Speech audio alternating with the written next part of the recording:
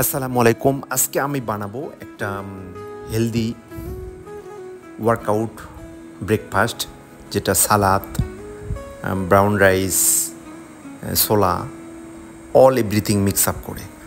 প্রথমে আমরা নিলাম ছোলা, কাঁচা ছোলা, যেটা হচ্ছে 2 দিনের অঙ্কুর স্প্রাউটেড করা। এটা হচ্ছে 100 গ্রাম, এটার হচ্ছে 20 গ্রাম প্রোটিন থাকবে। এরপরে নিলাম আমরা হচ্ছে বিভিন্ন সবজি, যেমন এখানে আছে বিট আছে, তারপরে গাজর আছে, শসা আছে, এবং পেঁপে আছে, কাঁচা পেঁপে আছে, এগুলো আমরা নিলাম। তারপরে এখানে নিলাম হচ্ছে আমরা ব্রাউন রাইস প্রায় 100 গ্রামের মতো। আর তারপরে নিলাম হচ্ছে আমরা এই যে সানফ্লাওয়ার সিডস, এই সানফ্লাওয়ার সিডসটা এটা প্রতি 100 গ্রাম নিলাম।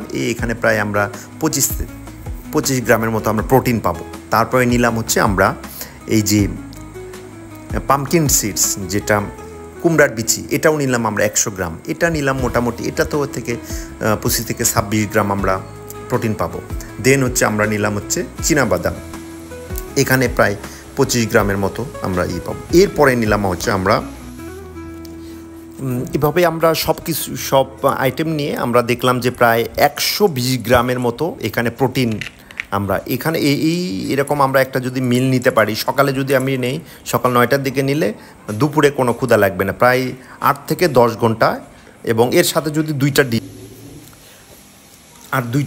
ডিম বয়েল অথবা ডিম ঘি দিয়ে ভেজে নিলে, দেন হচ্ছে আমরা এটা ইন্টারমিডিয়েন্ট ফাস্টিংয়ের জন্য খুবই, যারা ওজন কমাতে চান তাদের জন্য খুবই হেল্পফুল। Tata, bye bye.